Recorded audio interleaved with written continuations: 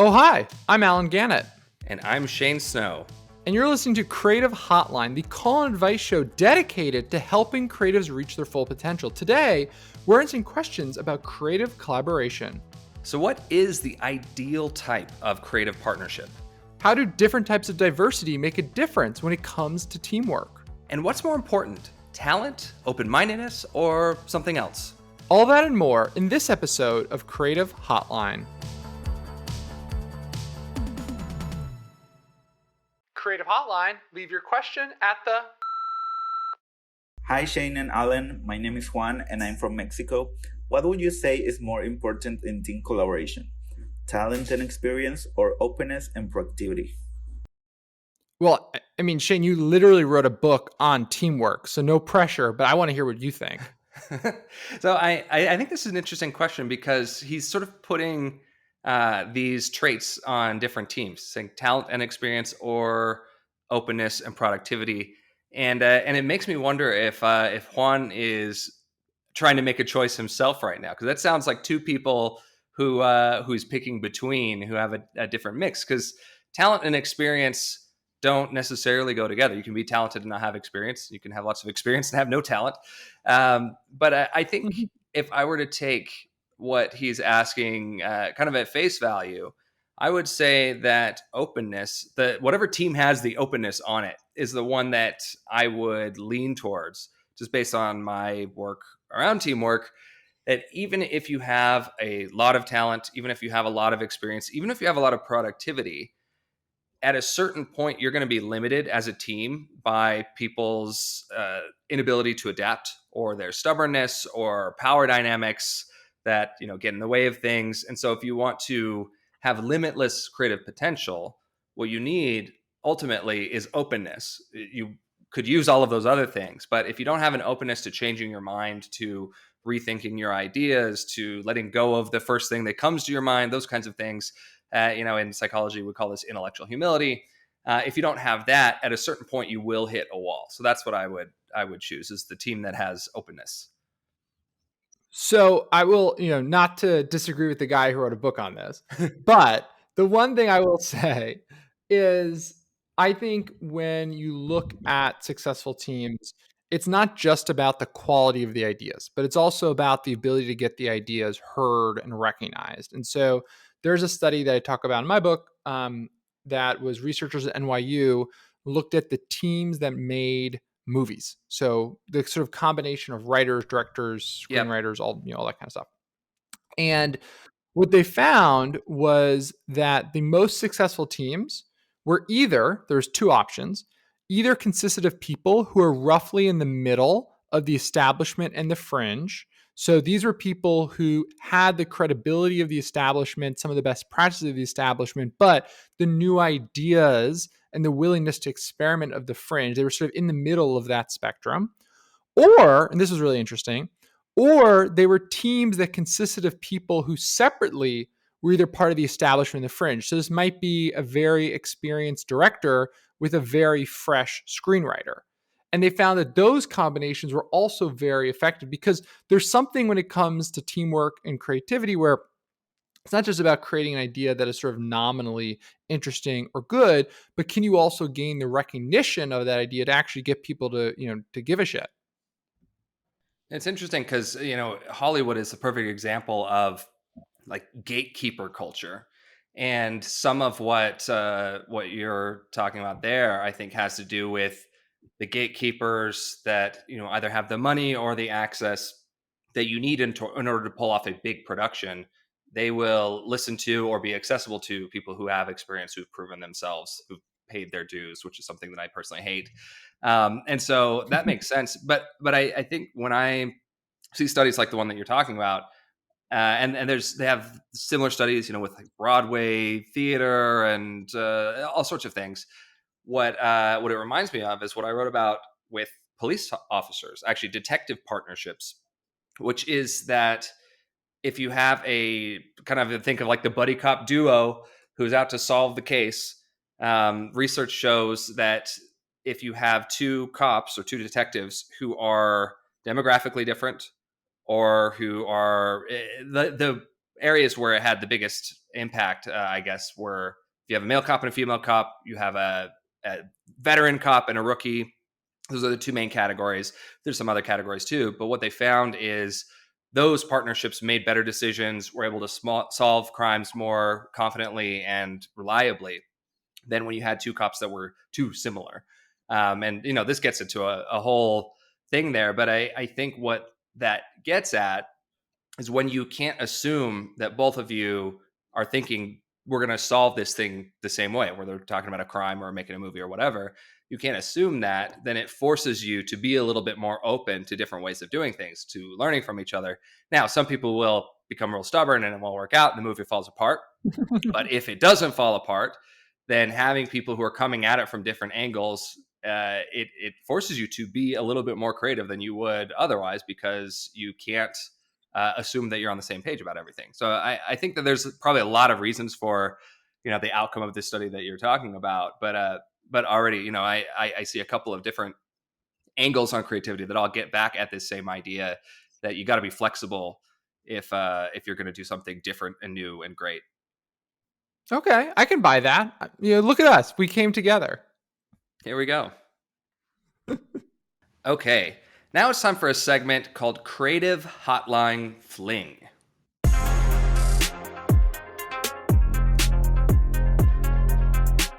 Okay, for those of you that have been listening to the show, you might have thought that I said Creative Hotline Bling, because every once in a while we do a segment called Creative Hotline Bling where I ask Alan trivia questions about Drake.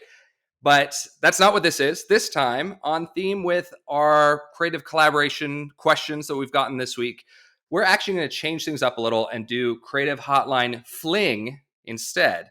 And basically, it's a question about a fling. Two people that have a fling, not a Drake song. And I know Alan Drake is an amazing collaborator, and so we should be talking about him because we can learn a lot about teamwork and creativity from him. But, we're changing things up anyway. So are you ready for the question, Creative Hotline Fling? I'm ready. Hit me. Not literally. Well, I can't because we're on different hemispheres. So I'll just hit you with a question. All right. The question for Creative Hotline Fling is, who did legendary singer David Bowie briefly pause his music career to have a fling with in 2006? So who did legendary singer David Bowie briefly pause his music career in order to have a fling with in 2006? Was it A, Billy Idol, B, Madonna, or C, Nikola Tesla? Okay. So I don't think it was Nikola Tesla for many reasons. A being that he's long dead, unless someone named someone after So you Nikola Tesla, think? which I don't think happened. So you think, yeah. So you think. I if I remember correctly, David Bowie is part of my extended gay family. I think he's bisexual. So, Billy Idol could be for sure. Madonna also seems very credible. I don't know. I feel like Madonna and David Bowie seems a little almost too perfect. Like that would make too much sense. But it's also a fling, so it's a brief moment, and so maybe that would make sense. But was Madonna married at that? I don't know. I'm gonna go with Billy Idol just because it seems a little more punk rock. So I'm gonna go with Billy Idol. Final answer? Final-ish answer. Whenever someone says final answer, it's like It's a bit definitive, I guess.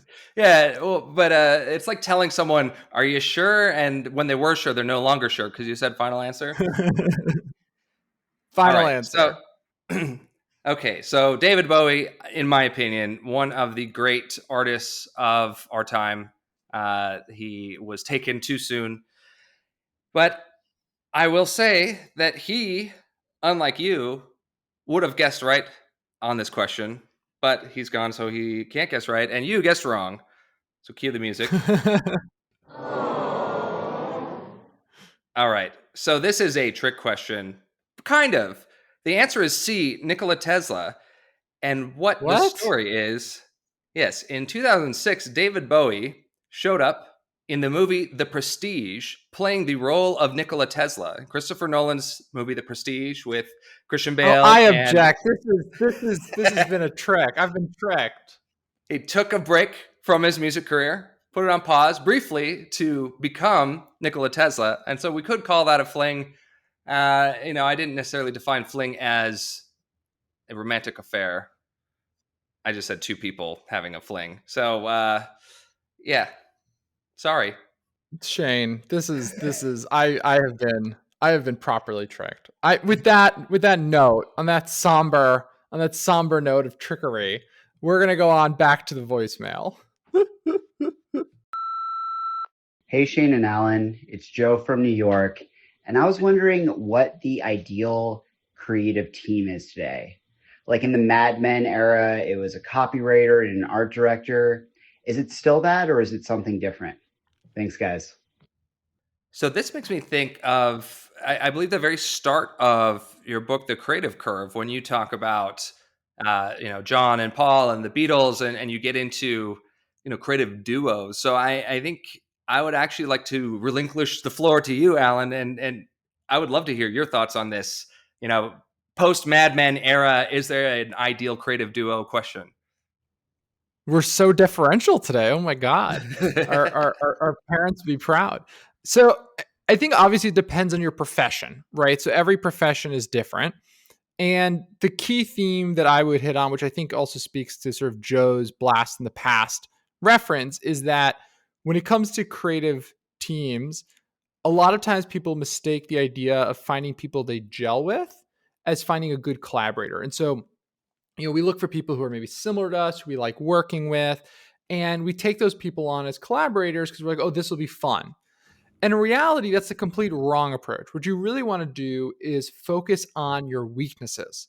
So, what I've found is that the most successful creative teams, the people on the teams are very aware of what they're good at and more importantly, what they're bad at. So, think about Steve Jobs and Steve Wozniak. Steve Jobs, amazing marketer, great product mind, not that technical. So, he had to have Steve Wozniak, and he knew that. And even early on, Apple hired multiple engineers. They raised VC funding very early. Jobs was acutely aware of his strengths and his weaknesses. I mean, much later, for example, he really relied on Johnny Ive to actually execute on a lot of his sort of design Mhm. philosophies, which he knew that he couldn't actually tangibly execute himself. And so I think that idea of knowing your weaknesses and finding people who can help those weaknesses, that is really what's essential. I like that. There's research going back to like the 1970s when we first started doing business research. And researchers started looking at what makes people happiest at work, what makes them get along best, in a office environment, as that was starting to become more of the work culture, was the white collar culture. And there's this slew of research that came out that basically said if you work with people who have similar interests as you, who you can communicate with easily, and get on the same page with them very quickly from a communication standpoint because you have similar perspectives and ideas and backgrounds, then you will be happiest at work. And the thing that we've done over the next 40 years is taken that research and used it to conflated it basically with being productive at work or being more innovative at work. And over recent years, I'd say the last 10 years, it's really actually started to click.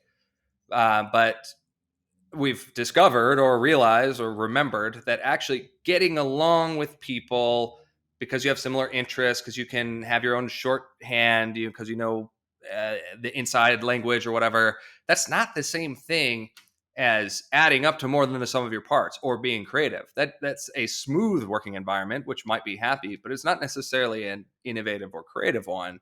And the thing that actually you want is people telling you what you don't know, showing you what you can't see, being able to actually debate things from different points of view and have creative disagreements.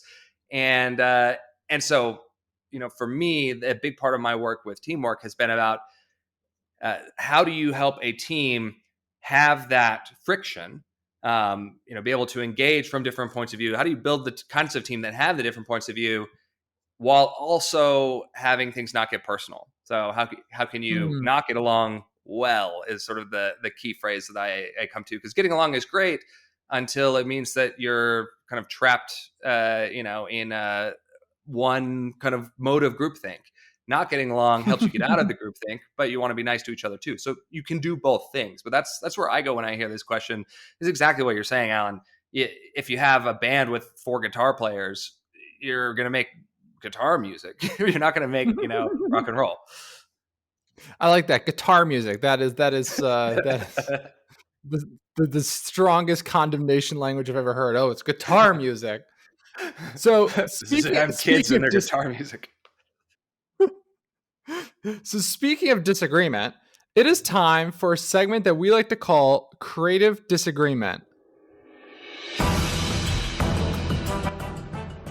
Yes, that is battle music, because this is a time where we talk about something we disagree on. And in this case, something where Shane is clearly wrong on, and I try and make him explain himself. Shane, here we go. Okay. All right. Shane, you posted, this is a quote from you. I have the receipts. You posted that, quote, I'm convinced intellectual humility is the number one thing leaders and citizens can develop if we want to make the world better. And I'm not convinced, Shane. There are so many things that leaders could do to be better. Why would intellectual humility be number one? So I have a very good argument for this, but I'm curious if you have a number one that you would put above intellectual humility. Yes, I would say empathy, because I think empathy is a skill that makes us, if you're a leader in business, it makes you create better products, better services. It makes you manage a team better. I think in your personal life, empathy is sort of the connective tissue between all people. And so I think that I'm generally someone who I like to think I'm more interested or curious about the sort of emotional state of people. And I think that tends to be where I think there's more action and improvement to be had. Interesting. Well, and I wouldn't disagree, actually. So for anyone who's listening that hasn't heard us talk about intellectual humility in the past, what intellectual humility is it's a virtue that psychologists and philosophers talk about that basically is the place in the middle between being too stubborn to ever change your mind and being so gullible that you can never make up your mind.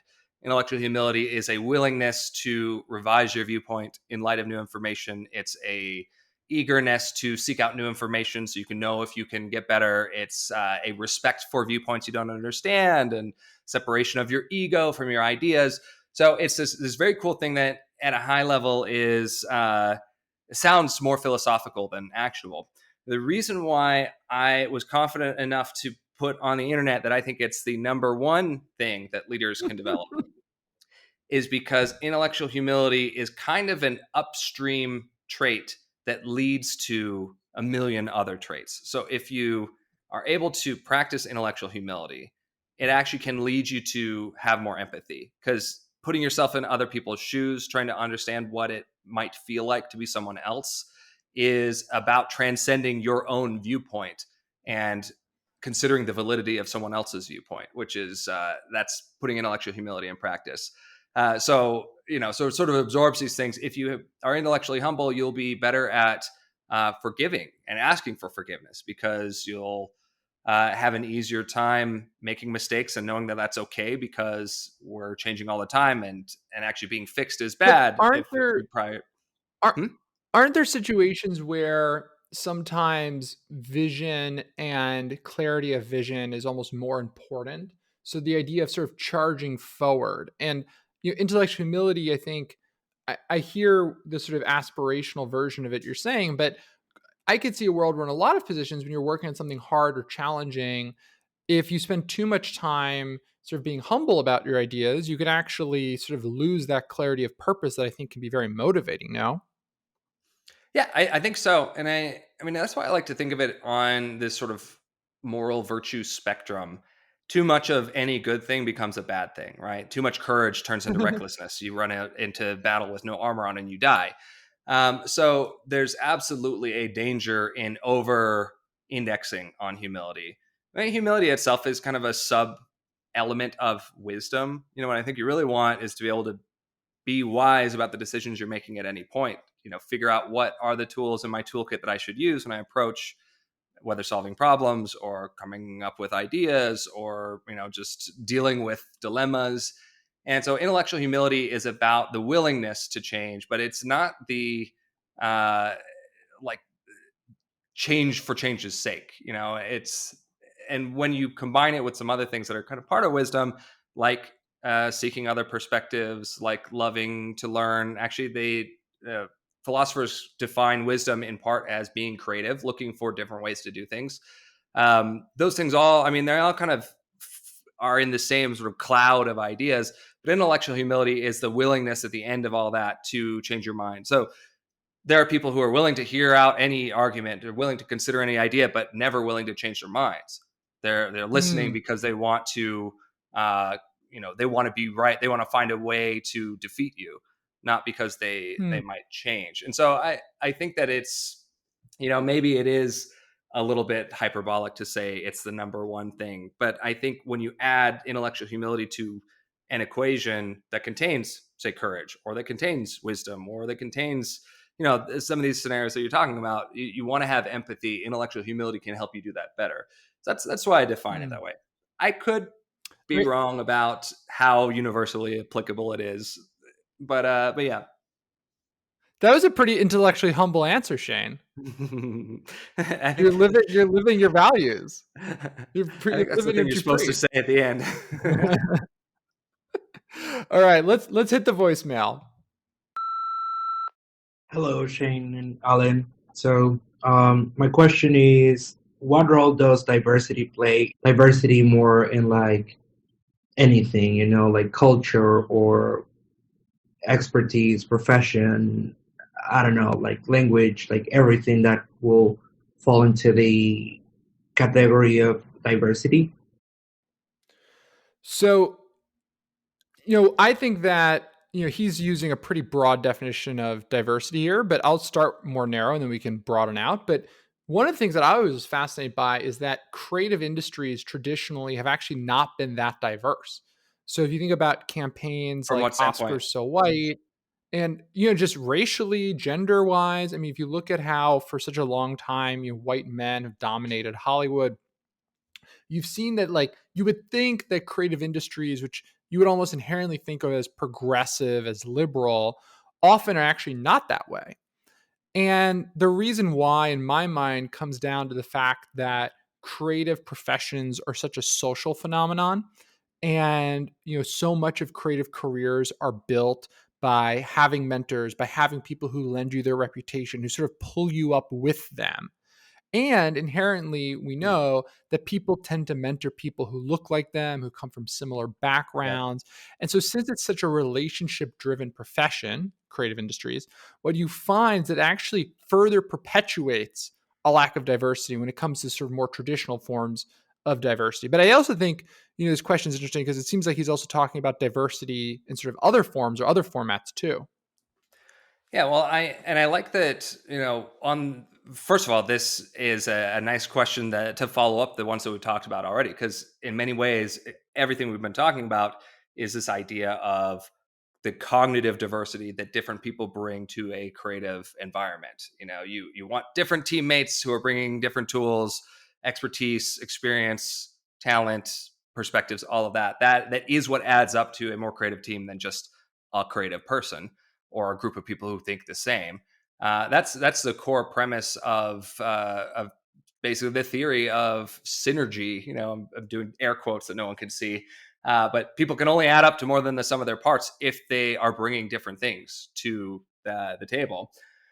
So when I hear questions like this, I zeroed in on what he was saying about diversity in all of its forms, cultural diversity, diversity of thinking, that kind of thing. And I think I zero in on that because I tend to notice when people in American culture say the word diversity, it is often, almost always, I would say, a shorthand for race or gender, maybe sometimes sexual orientation, but for usually it's a shorthand for visible things that America Hmm. has had historically a lot of problems being fair about. But I like to. So when you were saying that, I jumped in and I said, well, what kind? What are you referring to when you say diversity? 'Cause I like to, as a habit, specify demographic diversity or cognitive diversity or generational diversity. I like to add little adjectives to it just to be kind of Hmm. specific about it. And what I find is that when I do that, it reminds me that people are much more complex than just the first salient trait you can see. So this Hmm. is getting kind of far afield from what you were talking about with with Hollywood and creative industries, which I think is a super good point, right? Like whoever has the power is who creates the social environment where the next generation can thrive, or where people can come in and collaborate. And so the people in the majority in America, say Hollywood, men, white men, they're the ones that had the power as Hollywood was starting, continue to have the power, continue to mentor people who look like their friends and family. And not saying that everyone's doing this for shitty reasons, but that's sort of the natural way that a lot of that's come about, even for people who say that they aspire to be more inclusive along the lines of race and gender. I think that for me, I think that it's a very powerful question to ask ourselves: what kinds of diversity will help our teams do better, and what can we do to make it so that when a person who's different along some line, and it doesn't have to be just race or gender, someone who's older or younger or comes from a culture, they may have the same skin color as you, but they come from a culture where things are very different.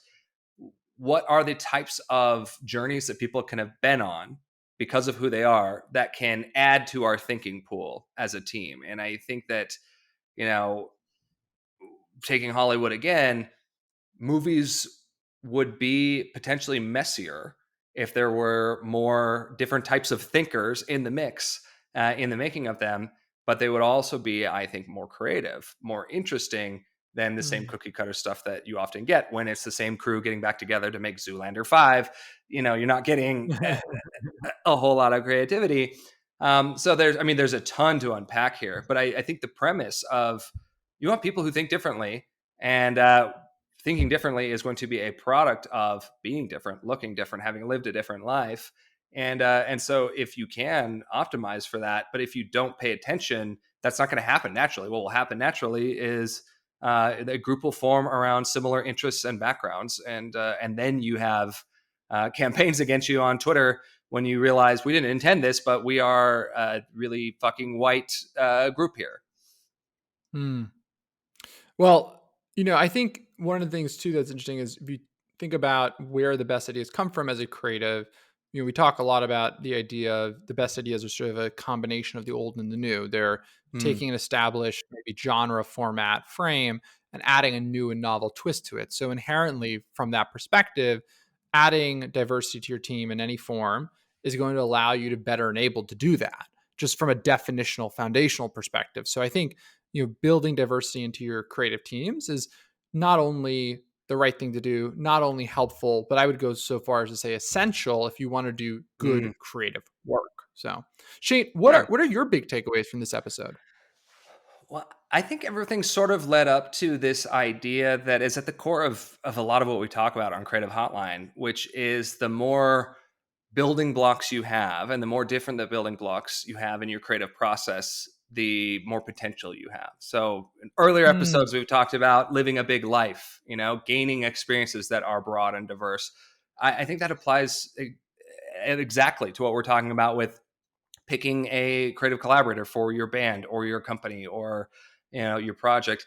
I think about all of this in terms of not just your team, that's your permanent team, again in air quotes, but who are the people that you have as your informal team that you tap into when you're trying to solve problems.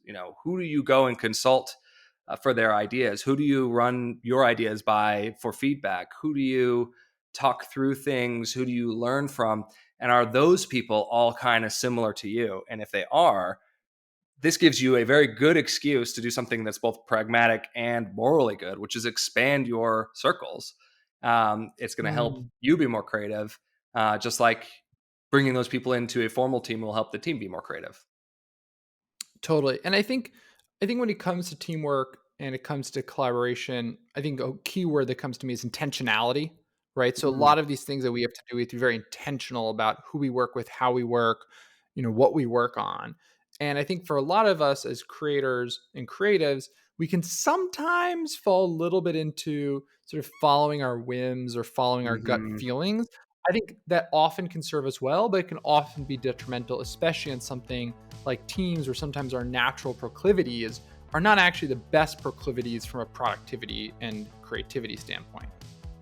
I love So, that. I mean, yeah. well said. Here we are being all chummy again. Shane, you're wrong. Well, with that, do you have a question for us on anything creativity related that you'd like to hear on the show? Well, all you have to do is visit creativehotlineshow.com from your phone or computer to leave us a voicemail. We are here to answer your questions, so put us to work. In our next episode, we're going to be digging into a topic that we get a ton of questions about, and that's one that's dear to both Alan and my heart, which is writing and publishing books. Oh, and if you like this episode, well, we could use your help. Subscribe to this podcast on Apple Podcasts, Spotify, or wherever you listen. Bye, friends. Bye, Shane. Bye, Alan. Bye.